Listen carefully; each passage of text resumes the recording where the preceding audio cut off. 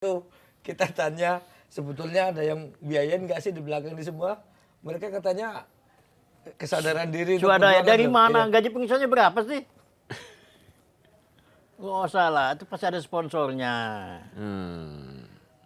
Ya kan? Ada sponsornya gitu-gituan itu. Oke. Siapa sponsornya? Ya mungkin orang yang korupsi. Para koruptor itu maksudnya. Koruptor itu salah satu. Ya kan? Bikin onar aja terus gitu. Kepentingan luar negeri itu bisa terjadi juga. Ya.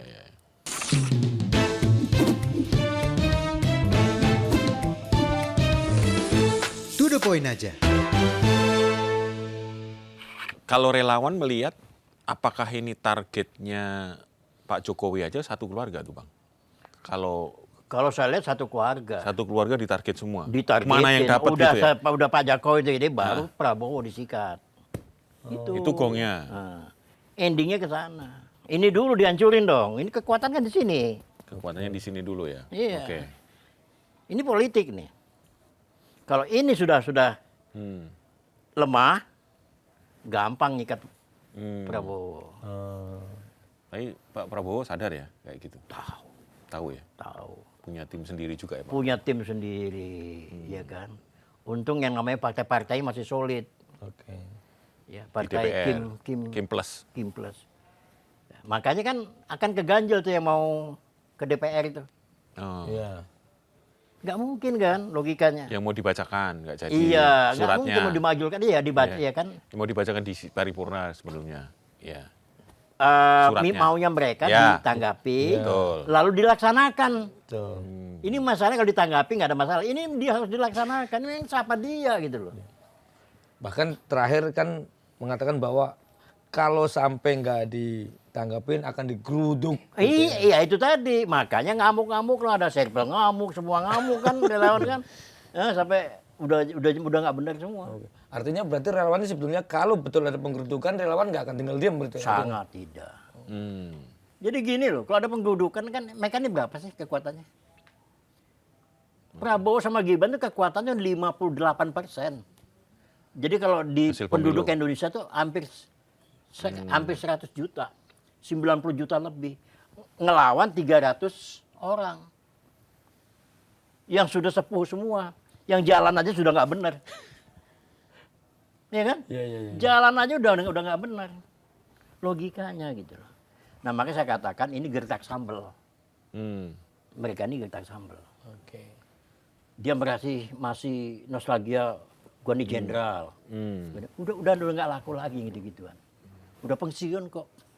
Nggak bisa megang senjata lagi. Yeah. Nggak bisa merintah prajurit. Udah pensiun. Yang bisa dia bawa ya di badannya sendiri. Itu. Oke.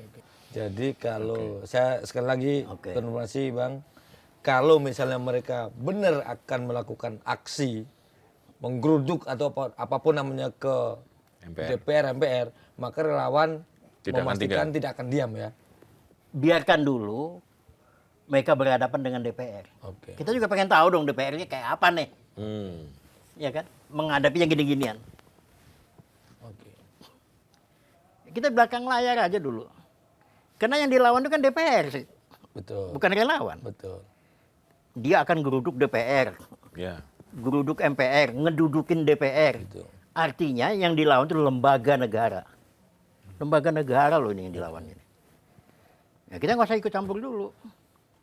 Tapi kalau sudah membahayakan negara, membahayakan persatuan dan kesatuan, ya kita turun dong.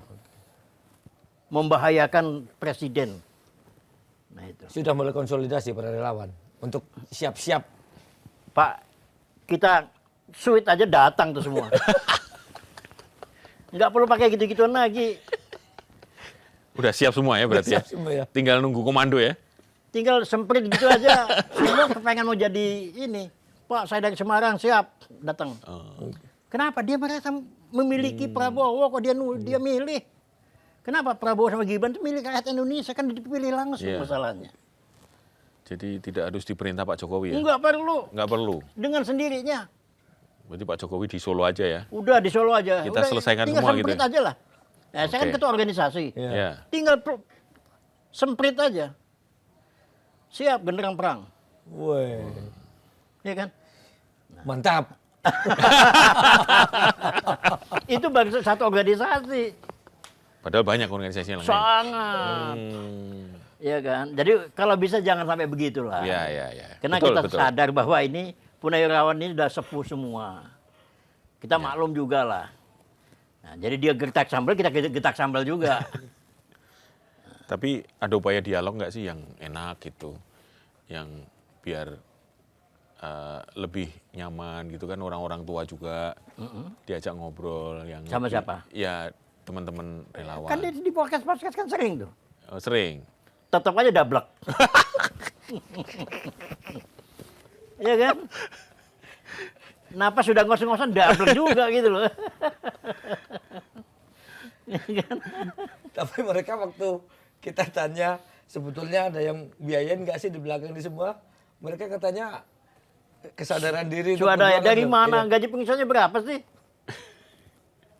Nggak usah lah, itu pasti ada sponsornya. Ya kan? Ada sponsornya gitu-gituan itu. Oke. Siapa sponsornya? Ya mungkin orang yang korupsi.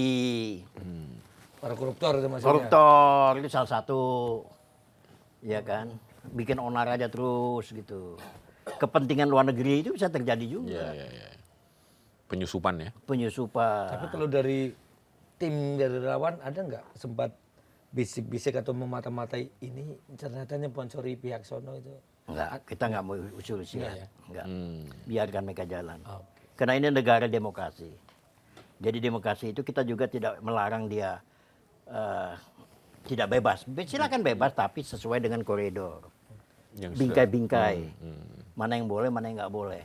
Nah kalau misalnya ngebrak DPR, misalnya ngedudukin DPR, terus memanggilkan itu keluar dari koridor apapun namanya. konstitusional ya. Iya. Tidak konstitusional. Nah itu yang saya tahu. Iya, iya. Tapi ini panjang loh, bukan itu aja. Nah itu makanya. Iya kan? Apalagi kira-kira panjang itu? Banyak. Banyak ya. Karena nanti mereka cari celah hantam Prabowo. Oke. Oh, ini analisisnya udah begitu nih. Oh, bukan lah. Tukang ojek lu tahu nanti lebih pintar deh. Oh gitu. Udah tahu ini nanti Begini ujungnya. dia tahu, Ya, dia lebih tahu. Apa kata dia? Ya sama yang kita ngomong begini. Oke. Jadi ke Pak Jokowi keluarga dulu, kalau ini udah lemah baru ke Pak Prabowo. Gitu. Ah, dihantamin dulu ini Pak Jokowi sama Gibran. Iya kan? Karena sasarannya kan ke Prabowo. Oke. Nah kita paham itu. Ya, ya. Dan rakyat kecil juga tahu. Oke, Nah nih. saya nggak tahu kalian di mana ini. Apa di Saya ada di sini, Pak. Oke, Bang. Ini kayaknya kita udah cukup Panjang. lama dan cukup banyak itu bicarakannya. Tapi sebelum kita akhiri, saya kepingin tahu tentang secara global Pak Norman ini sebagai ketum Pernusa juga sebagai relawan yang paling senior, salah satu paling senior ya, untuk bentengi Pak Jokowi sampai sekarang ke Pak Prabowo juga Mas Gibran. Apa yang akan disampaikan oleh Pak Norman kepada mereka-mereka yang selama ini mungkin mereka itu siapa? mereka itu yang ini jelek-jelekin Pak Jokowi, nyerang Pak Jokowi, nyerang Mas Gibran dan keluarganya. Itu apa yang akan disampaikan? Nggak ada yang sampai biarin aja. Oke. Memang begitu udah watak mau ngomong apa. Nanti sok tahu, sok nasehatin. Nanti mereka ngamuk, lu siapa nasehatin gua. Ya lebih baik didiemin aja. Masing-masing aja lah. Oke. Sepanjang dia nggak nyenggol kita ya silahkan. Oh, ini negara demokrasi. kok. Yang penting siapin tweet datang ya. Ah. Kalau bagi masyarakat yang masih ragu gimana, Bang? Maksudnya? Masih ragu dari ada yang kemakan opini itu bahwa Pak Jokowi jasanya palsu segala macam itu kan Ya. kan ada yang barisan yang memang bukan militan tapi jadi ragu-ragu nih. Ya Nah, gimana? masyarakat linglung saya bilang. Ya. Nah, apa namanya kalau itu setengah-setengah itu Setengah-setengah lah. gimana? Berproses sendiri kok. Oh gitu. Ya kan nggak bisa udah kayak gitu susah. Hmm. Ya kan? Kenapa? Karena dia hobinya nongkrong, dengerin orang ngomong, jelekin si A. Kemakan kan? Apalagi teman lu lihat nih, hanya kayak gini. Nih. Dia udah, oh iya ya. Kemakan omongan. Oke. akhirnya jadi benci tertanam. Ya, itu masa mau kita cegah? Ya, ya. Biarin aja. Kalau Tapi bisa gini. kita nasihatin, hati-hati loh kan gitu. Akankah misalnya relawan ini sebagai orang yang paling paham terhadap situasi ini, petanya jelas, sudah akses ke Pak Jokowi juga terjamin, yakin ya 100%.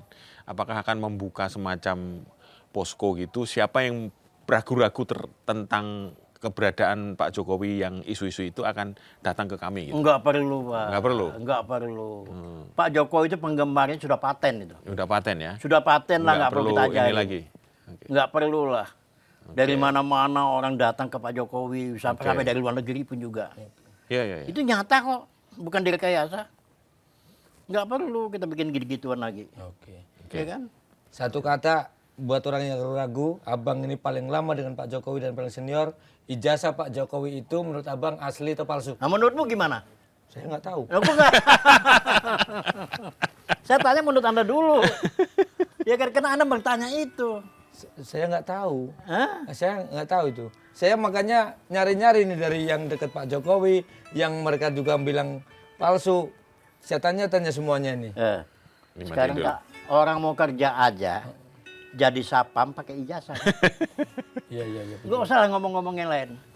Ya kan, jadi sapam. Iya kan? Iya. Mau kerja jadi apa lagi? Pakai ijazah. Masa Pak Jokowi dibilang palsu? Ini logikanya aja, apalagi presiden lagi. Oke, oke. Jadi berarti nggak masuk akal. Sangatlah. Ini kan mengada-ngada, saya bilang, ya kan. Untung orang yang digituin itu pun juga orangnya hari Pak Jokowi ngalah, nerimo. Tapi lama-lama nyelkit juga kan gitu kan. Iya kan? Ya, kita juga sebagai relawannya nggak tahan juga. Iya. Akhirnya Pak Jokowi inisiatif, udah. Saya satu penyesalannya kepolisian aja. Jadi kalau Anda menanyakan itu, udah kemakan. Kemakan omongan. Secara logika nggak masuk logika lah gitu kan. Iya kan? Ini makanya mau di sini klarifikasi. Iya. Nggak apa-apa, nggak. Tugas kita kan mengumpulkan data-data dan fakta. Iya. Ya. Dan nanti kalau saya yang ngomong, saya yakin itu asli, dari pihak sana nanya, emang kamu pernah lihat ke Mbak Mega nggak? Saya bingung juga jawabnya kan. Orang saya dekat juga enggak kan gitu. Yang ngomong ijazahnya asli atau tidak, itu yang lagi ramai Iya. sekarang ini. Udah pernah lihat belum ijazahnya Pak Jokowi? Pertanyaan kan itu. Kemarin sih saya tanya belum katanya. Apalagi mau ngomong-ngomong tentang asli itu. Mungkin dia nemu, ini kan awalnya kan ijazahnya kan dari internet diambil. Internet. Iya. Iya. Lalu mereka bahas. Iya. Kan itu dari situ asal musa Iya. ini mulanya. Akhirnya apa? Kebablasan. Tutup ya. Kalau saya sih bukan gelar perkaranya, cepat diselesaikan. Iya. Kalau Putusannya. ini misalnya ijazah, misalnya orang yang tersangkut ini kena penjara dan segala macam, kata polisi, aman kalian ya sudah, ya putuskan gitu loh. Iya. Oke. Jangan digantung. Oke. Jadi kalau mau dilanjut proses, kalau dinyatakan berhenti ya berhenti. Itu yang sama. Kepastian hukum. Kepastian Oke. hukum. Ini negara hukum. Oke, baik. Oke. Bang Norman, terima kasih. Ini sudah sangat seru sekali ya. Kita ngobrol di episode kali ini. Semua kita buka ya, to the point aja. Gadang ditutup-tutupin ya. Ini to the di point sini. gini.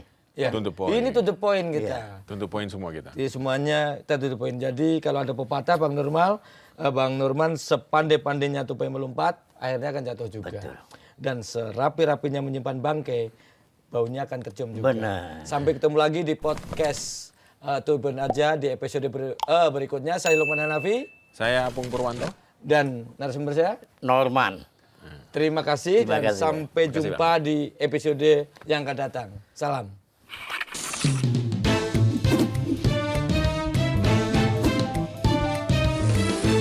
To the point aja.